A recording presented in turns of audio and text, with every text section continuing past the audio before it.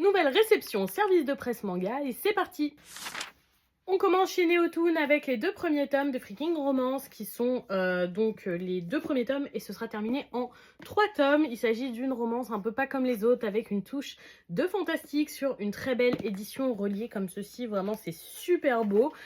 Vraiment, les planches aussi. J'ai entendu beaucoup de bien de cette série, apparemment beaucoup d'originalité, donc je pars très positive. Toujours de la part de Neotoon, j'ai reçu les premiers tomes de Curse Princess Club. Ça a l'air d'être un titre à la fois très mignon et à la fois avec un côté un peu plus sombre, mais surtout humoristique. Il me faisait vraiment de l'œil depuis sa sortie, donc écoutez, je suis super contente. Pareil, ils me les ont envoyés parce que le tome 3 va bientôt sortir pour me mettre à jour, et je suis très curieuse de découvrir ce titre. De la part de Kurokawa, ensuite, j'ai reçu le 14e tome de Shinoko, un de mes titres préférés, un des mangas à ne pas manquer. Je vous rabats les oreilles avec ce titre. Ce sera terminé en 16 tomes, donc on approche dangereusement de la fin et je savoure chaque tome. Si vous voulez découvrir l'anime, absolument excellent aussi. Et pour moi, c'est un titre à ne pas manquer et surtout un énorme coup de cœur.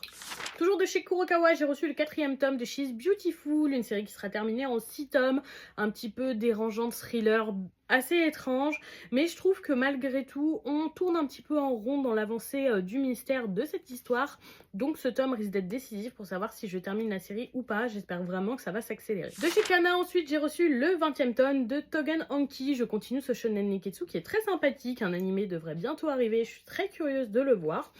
On était sur le tome précédent sur un petit peu un tome transitoire entre deux arcs. C'est le début du nouvel arc, donc pour le moment c'est pas le plus palpitant, mais j'espère que celui-ci sera un petit peu plus prenant. On continue chez Kana avec le 8e volume de New Normal, vraiment un titre entre romance et post-apocalyptique que j'apprécie vraiment beaucoup, un espèce de futur et différent de ce qui est arrivé post-Covid, vraiment très intéressant avec une jolie romance, de l'action et du mystère. Jusqu'ici c'est un titre coup de cœur, j'aime beaucoup cette lecture.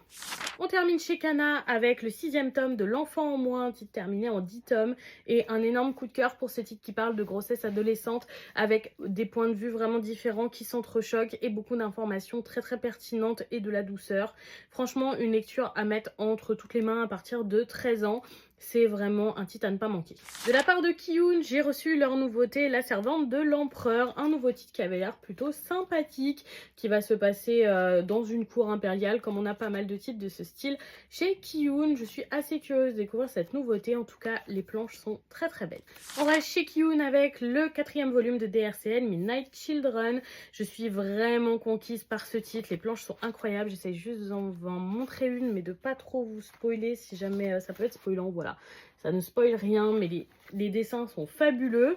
C'est un titre qui est parfois un petit peu mystérieux, nébuleux, pas forcément toujours simple à lire et à appréhender avec des scènes qui peuvent parfois être assez choquantes.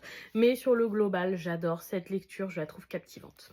On termine cette réception avec le 6e volume de Kindergarten War. Je serais vraiment pas étonnée de voir bientôt un animé arriver pour ce titre. Ce titre qui, comme je vous l'ai dit, a une balance qui a tout pour plaire. C'est un titre d'action où il se passe beaucoup de choses avec un fond de romance, un petit peu de mystère, beaucoup d'humour et des moments parfois touchants.